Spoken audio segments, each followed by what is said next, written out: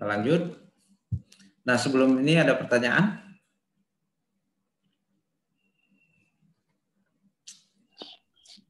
Itu sepertinya ada pertanyaan dari Mas Dimas, Pak, di kolom komentar.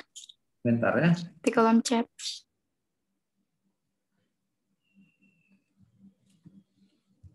Izin bertanya, melihat zaman sekarang sudah banyak marketplace dan online shop, tapi barang-barang sana itu murah dan kebanyakan impor. Pemerintah tidak membuat standar harga. Jadi UMKM sering kalah. Ya.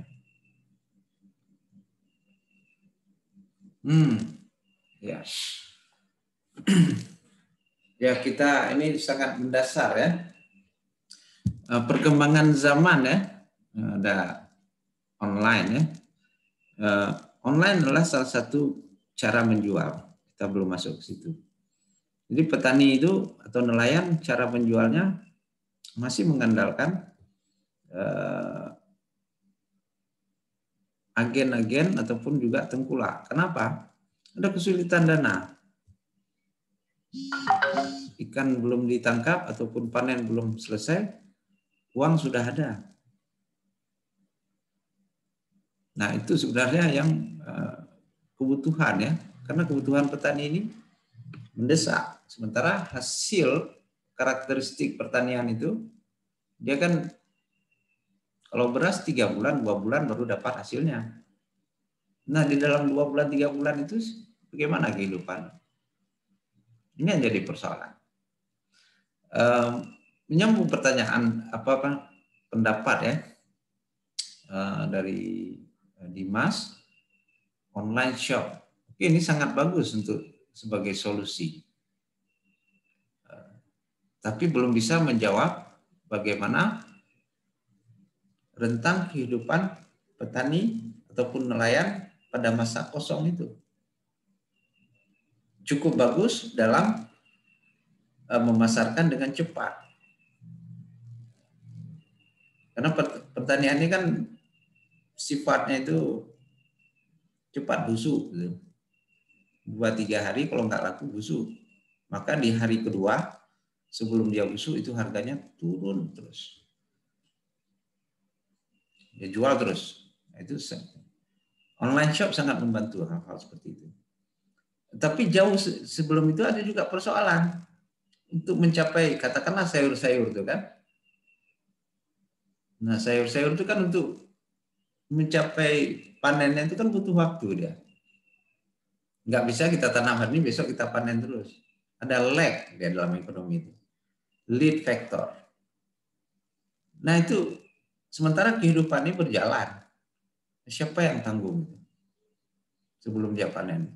Maka masuk tengkulak di situ. Ini pakai dulu uang ini. Nah, begitu panen nanti kalau cukup hasilnya, maka menutupi. Kalau nggak cukup, maka jadi hutang. Maka ada karakteristik berikutnya, petani itu terjerat dalam hutang. Pemerintah penting dalam hal ini adalah memfasilitasi online, memfasilitasi kelembagaan. Kalau di zaman dulu ada namanya koperasi unit desa, itu pembiayaan petani itu ditanggung, dijamin oleh koperasi. Karena koperasi itu juga milik petani ataupun nelayan, koperasi nelayan. Didistribusi sampai produksi sampai distribusi pemasaran itu dipegang oleh koperasi unit desa. Nah, itu paradigma dulu. Tapi konsepnya bagus. Ada jaminan bagi. Nah, industri ya, baru kita masuk sedikit ya kan. Perilaku industri dia butuh bahan baku dan butuh pekerja. Dia butuh modal. Nah, di mana posisi pertanian seperti ini? Dengan karakteristik seperti itu, industri harus bisa menjawab persoalan pertanian. Kehadiran industri betul-betul berpihak kepada petani dan nelayan. Itu yang kita mau industri di dalam agro dan marin. Teknik pemasarannya online segala macam dari industri is fine. Bagus sekali. Sesuaikan dengan dinamika perkembangan zaman. Tapi jangan lupa, makanya saya tekankan di dual sektor itu. Baru kita masuk satu-satu. Nanti ada sektor internasional lagi. Kalau udah lebih, kita udah cukup, kita bisa ekspor. Nah, kita impor barang-barang yang untuk industri yang memproduksi kembali, mesin-mesin gitu kan. Mesin-mesin pengolahan untuk mengalengkan ikan, untuk mempackaging, boleh kita impor. Atau lebih baik lagi kalau bisa kita hasilkan dari, karena jadi kita juga punya sarjana-sarjana dari teknik yang bisa menghasilkan mesin-mesin untuk mengolah hasil pertanian. Itu jauh lebih bagus. Alat produksinya putra-putri Indonesia, bahan bakunya dari tanaman lokal, pekerjanya dari rumah tangga petani dan sarjana-sarjana yang ada di Indonesia. Ini sebenarnya konsep agro dan marin. Jadi nilai tambah yang dihasilkan itu sangat besar. Terus bagaimana bisa, pertanian ini kan cepat busuk dia. Bagaimana solusinya? Solusi paling bagus itu pakai pesawat bawa. Nah, kita bisa bikin pesawat kan? Kita bisa bikin pesawat. Nah, konsep itu. Jadi nggak cepat busuk dia. Ada udang, misalnya kita di Pulau Semulu di sini, kita bisa bawa ke daerah dataran, misalnya di daerah yang membutuhkan konsumsi udang yang berkualitas tinggi dengan pesawat yang kecil-kecil. Nah sayangnya ini jadi saling mendukung dia, saling mendukung. Semuanya putra-putri Indonesia. Kita mampu bikin pesawat, sudah dibuktikan. Pesawat antar pulau, antar kabupaten itu penting sebenarnya. Selain kapal-kapal. Nah itu transportasi, peran pemerintah penting di situ. Dalam menjawabnya. Kemudian online shop juga tentu yang komunikasi membawanya tentu dengan pesawat. Tidak mungkin dengan pesawat penumpang komersil kan, dia ada pesawat khusus itu. Mampu kita hasilkan. Sebenarnya pesawat yang dibuat oleh Presiden Habibie itu sebenarnya untuk konsumsi Indonesia itu digunakan di seluruh Indonesia. Pasarnya cukup di Indonesia saja. Kalau ada yang minta di luar negeri boleh. Itu saya dengar wawancaranya. Itu konsepnya kan. Dipakai kabupaten ini dengan kabupaten, bawa hasil pertanian. Di sana banyak sayur, di daerah lautan ini kurang sayur. Dan di sana pulangnya bawa sayur. Lebihnya boleh kita ekspor supaya menghasilkan barang pertanian laku, ada nilai tambah karena ada industri, kemudian yang mendistribusikannya dihasilkan dari transportasi yang dihasilkan oleh putra-putri Indonesia. Nilai tambahnya semua tinggal di Indonesia. Maka kita bisa menghasilkan pendapatan yang atau pertumbuhan ekonomi yang cukup baik dan pemerataan pendapatan. Kenapa?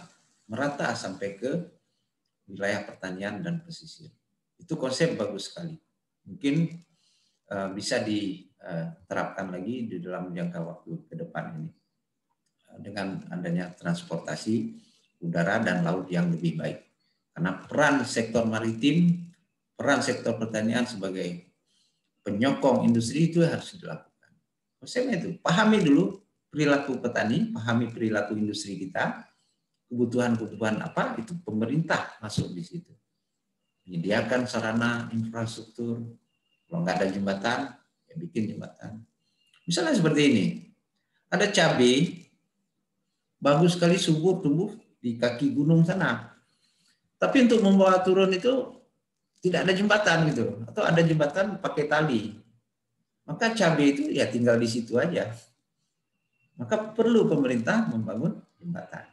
Nah, itu dilakukan. Cuman kita perlu pemerataan.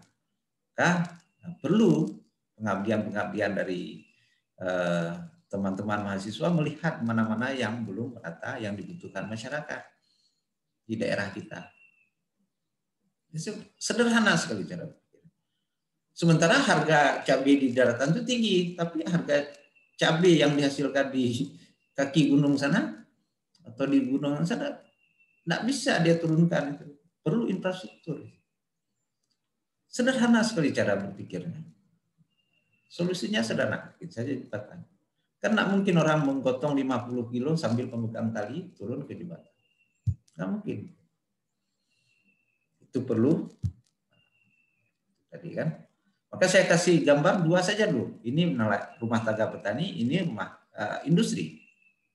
Nah, saya masukkan nanti variabel-variabel lainnya. Dapatlah kita kondisi ideal ekonomi industri berbasis agro dan marin itu bagaimana sebenarnya. Tidak bisa kita muncul begitu saja. Kita harus pahami dulu karakternya. Bagaimana kondisi kehidupan petani dan nelayan. Dia kan butuh sekolah juga. Anak-anaknya butuh sekolah untuk belajar. Petani juga dan nelayan perlu kaya juga kan. Berhak untuk jadi kaya. Makanya generasi milenial kalau ditanya mau jadi petani nggak mau jadi ini ya. Saya tanya beberapa saja mungkin bisa keliru ya pendapatnya. Tapi ya seperti itu ada artikelnya. The younger generation ya turun minatnya, lose interest to get involved in agriculture and marine sector.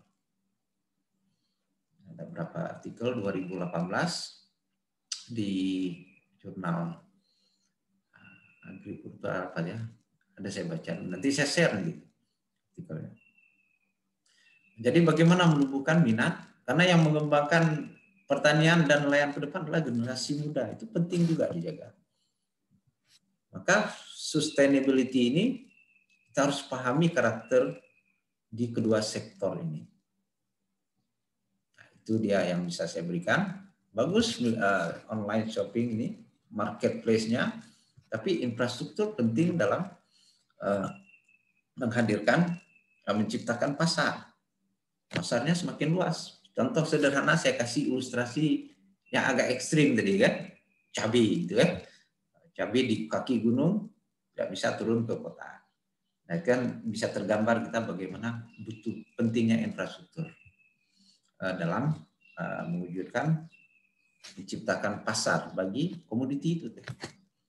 Selain itu juga industri juga butuh juga itu.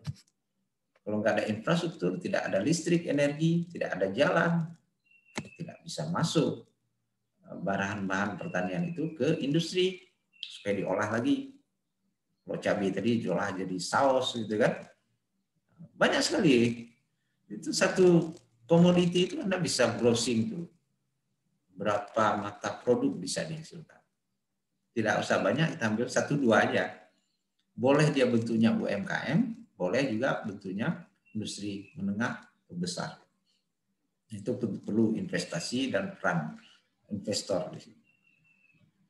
Tapi yakinlah dan kita harus berpijak pada kehadiran industri itu, industri yang dibuat berbasis agro dan marin itu harus menciptakan lapangan kerja dan tentunya nilai tambah.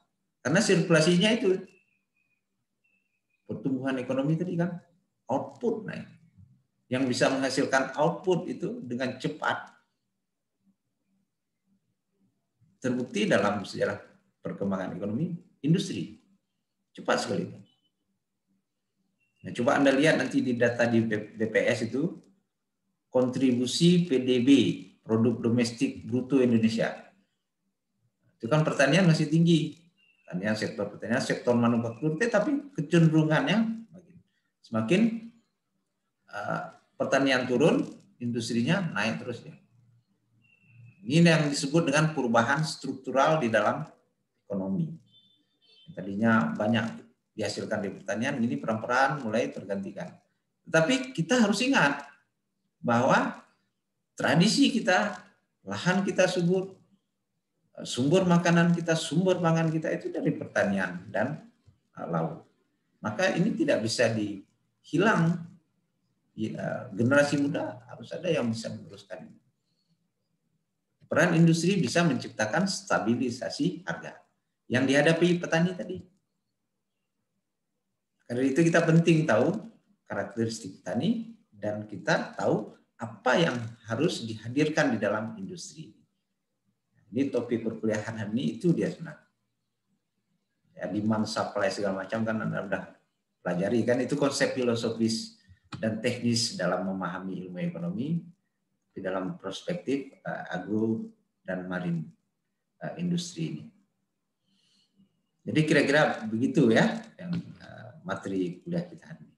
Baik, masih ada pertanyaan? Bagus pertanyaan. Terima kasih Dimas. Silakan yang lain kita diskusi sebelum kita lanjutkan ke materi ataupun juga diskusi dari topik nafsiyah nih ya. Silakan.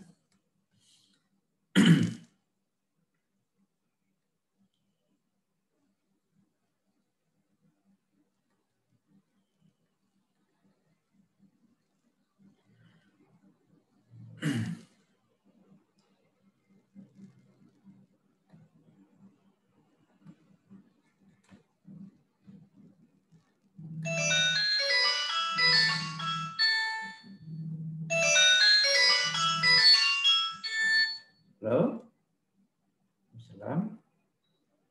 Waalaikumsalam. Halo. Ya, gimana? Halo.